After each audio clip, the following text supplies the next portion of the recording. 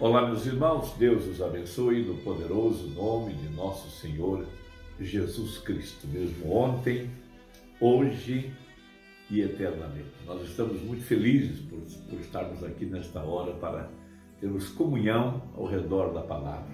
Todos nós sabemos que no princípio era o Verbo estava com Deus e o Verbo era Deus. Essa Bíblia é Deus em forma de palavra. E nem só de pão viverá o homem, mas de cada palavra que sai da boca de Deus. E pregou o profeta uma mensagem intitulada O único lugar provido por Deus para adoração. E esse lugar é ao redor da palavra. Por isso, os magos, quando vieram do Oriente, seguindo a estrela, veja, cada um deles trouxe um presente, uma dádiva que estava representando a revelação que cada um daqueles magos tinha a respeito da palavra feita carne. Um trouxe ouro, o outro trouxe incenso e o outro trouxe mirra, porque ali estava o rei. Veja, Deus mesmo, a divindade, ouro, incenso em serviço, mirra para morrer. Por isso, o tipo de adoração que nós prestamos a Deus está dizendo que tipo de luz nós temos a respeito de Deus. Por isso a Bíblia fala que ele procurava verdadeiros adoradores que o adorassem em espírito e em verdade. A sua palavra é a verdade. E nós estamos aqui defendendo uma causa, a causa da verdade. Então temos por muito firme as palavras dos profetas. Toda vez que o profeta se levanta e ele profetiza, e o que ele profetiza acontece, então nós temos a certeza que Deus é com esse profeta. Mas mais do que isso, um profeta é um revelador da palavra, dos mistérios, da vontade de Deus. Então, nós temos a grande escritura em Mateus capítulo 2, a respeito daqueles magos vindo do Oriente, seguindo a estrela. Quando eles entraram em Jerusalém, eles vieram clamando: onde está ele, o rei dos judeus? E Jerusalém inteira, os magos colocaram os sacerdotes, toda a cúpula sacerdotal em pânico, porque eles não sabiam de nada. Mas os magos sabiam que algo estava acontecendo naquele momento. Veja, e tendo nascido Jesus em Belém da Judéia, no tempo do rei Herodes, eis que uns magos vieram do Oriente a Jerusalém e perguntaram: onde está aquele que é nascido rei dos judeus? Porque vimos a sua estrela do Oriente e viemos adorá-lo. E o rei Herodes, ouvindo isso, perturbou-se e toda Jerusalém com ele. Herodes perturbou-se, naturalmente, porque sentiu-se ameaçado. Veja, e Jerusalém, onde estava a capital religiosa, o templo, os sacerdotes, porque eles eram que deveriam apontar a Escritura para aquela hora e eles não sabiam de nada. Os magos tinham mais luz do que eles, porque os magos estavam seguindo o sinal que Deus havia anunciado para aquela hora, porque a profecia dizia que uma estrela brilharia em Jacó. Da mesma forma, hoje, os centros religiosos não sabem nada do cumprimento da palavra para este dia. Mas nós, que estamos seguindo a luz do entardecer, nós sabemos que o rei tem descido à terra neste tempo do fim. Veja, Mateus apresenta Jesus Cristo como rei. E Mateus prega a respeito do reino de Deus estabelecido dentro do coração dos homens. O reino de Deus de forma invisível, porém real. Por isso que o Sermão do Monte fala a respeito do reino de Deus. E por isso que nós temos a genealogia em Mateus para provar que o rei veio da descendência de Judá, veja, seguindo a linhagem de Davi, chegando até José e Maria. Depois os magos vieram do Oriente, seguindo a estrela. Depois o arauto do rei, o arauto, João Batista, na água. E ali vem o rei, em forma de um homem, até o profeta na água. E uma luz vem do céu para vindicar que ali estava o rei. Veja, essa mesma profecia tem se cumprido aqui no tempo do fim. Todos nós conhecemos a história da vida do profeta, quando ele fala daquela astróloga que o encontrou quando ele era muito novo, e ela disse que sobre ele havia uma luz, havia uma estrela. Logo ele estava batizando as pessoas na água. Veja, o arauto, o Elias desse dia, e a luz, Deus em forma de uma luz, veio ao profeta na água para confirmar a Escritura, para estabelecer o reino de Deus sobre a terra.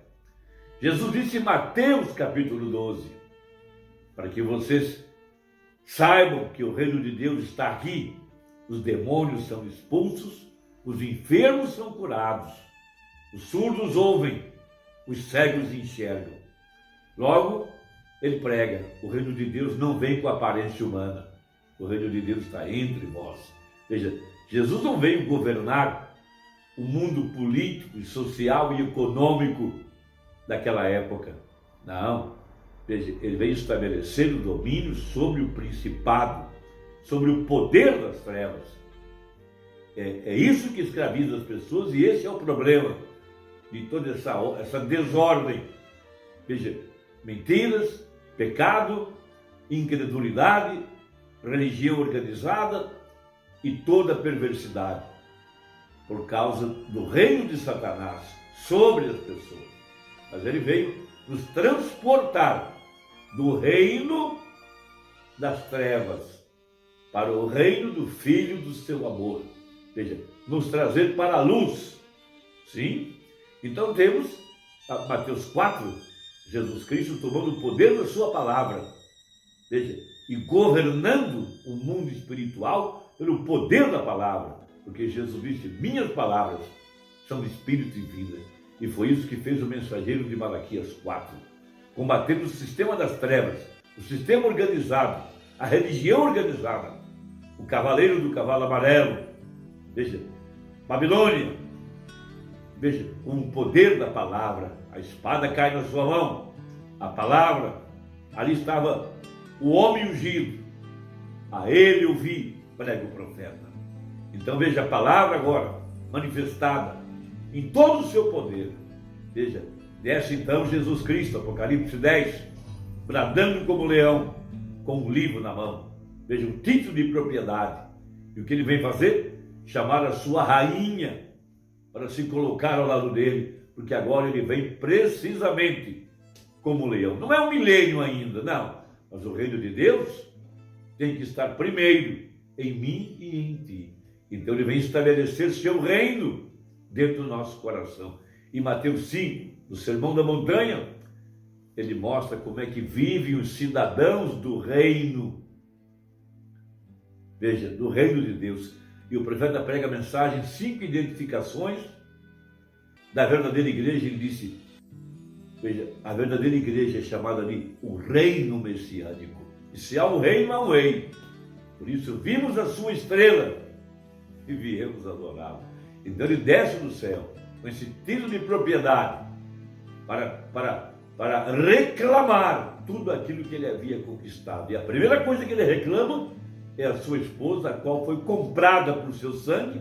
Ele vem precisamente com esse livro de redenção para reclamar, chamá-la para se pôr ao seu lado, como o rei Assuero fez com Esther, quando estendeu o cetro para ela, dizendo que ela era a senhora eleita, ela era a sua rainha escolhida. Veja, ela havia tido toda uma preparação pelo sétimo eunuco, o homem que tinha o segredo do rei, as roupas que o rei tinha enviado, ele sabia como prepará-la para que ela pudesse entrar na presença do rei. E nós temos sido vestidos e preparados e conhecemos o segredo, veja, para poder entrar na presença do rei, lá atrás do terceiro átrio, onde está a glória da Shekinah, onde somente os chamados, os eleitos e preordenados podem entrar.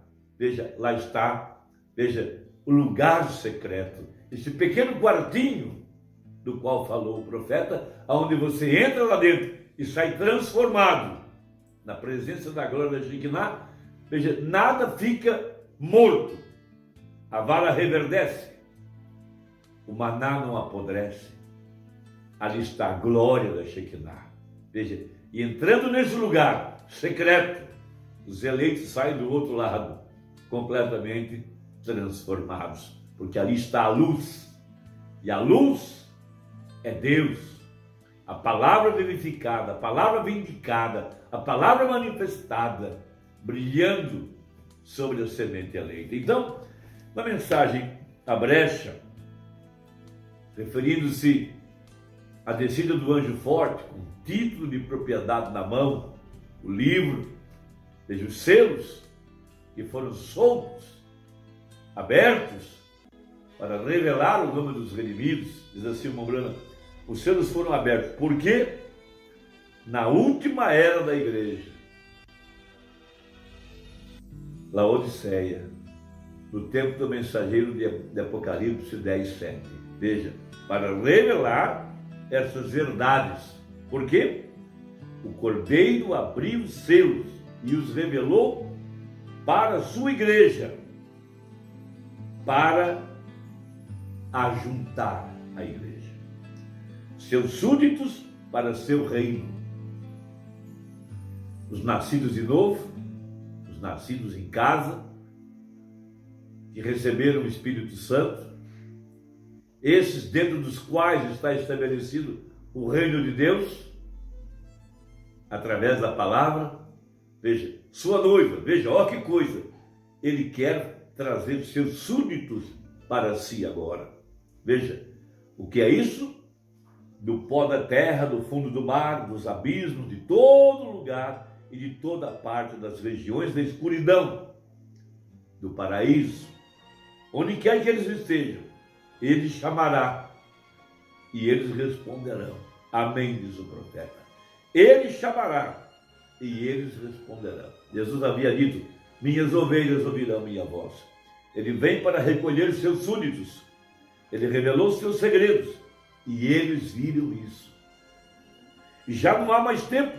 Naquele tempo, o tempo acabou. Está concluído. Muito bem. Ele deixa o trono, deixando de ser intercessor, como um cordeiro morto, para ser um leão. Rei, para trazer o mundo a juízo, o qual rejeitou sua mensagem. Ele não é mais mediador. Apocalipse 10, o anjo forte, com uma peruca branca, Cristo. Veja, a pedra cortada sem mãos, com 7 olhos. Lembre-se do ensino do Antigo Testamento agora, enquanto nos apressamos.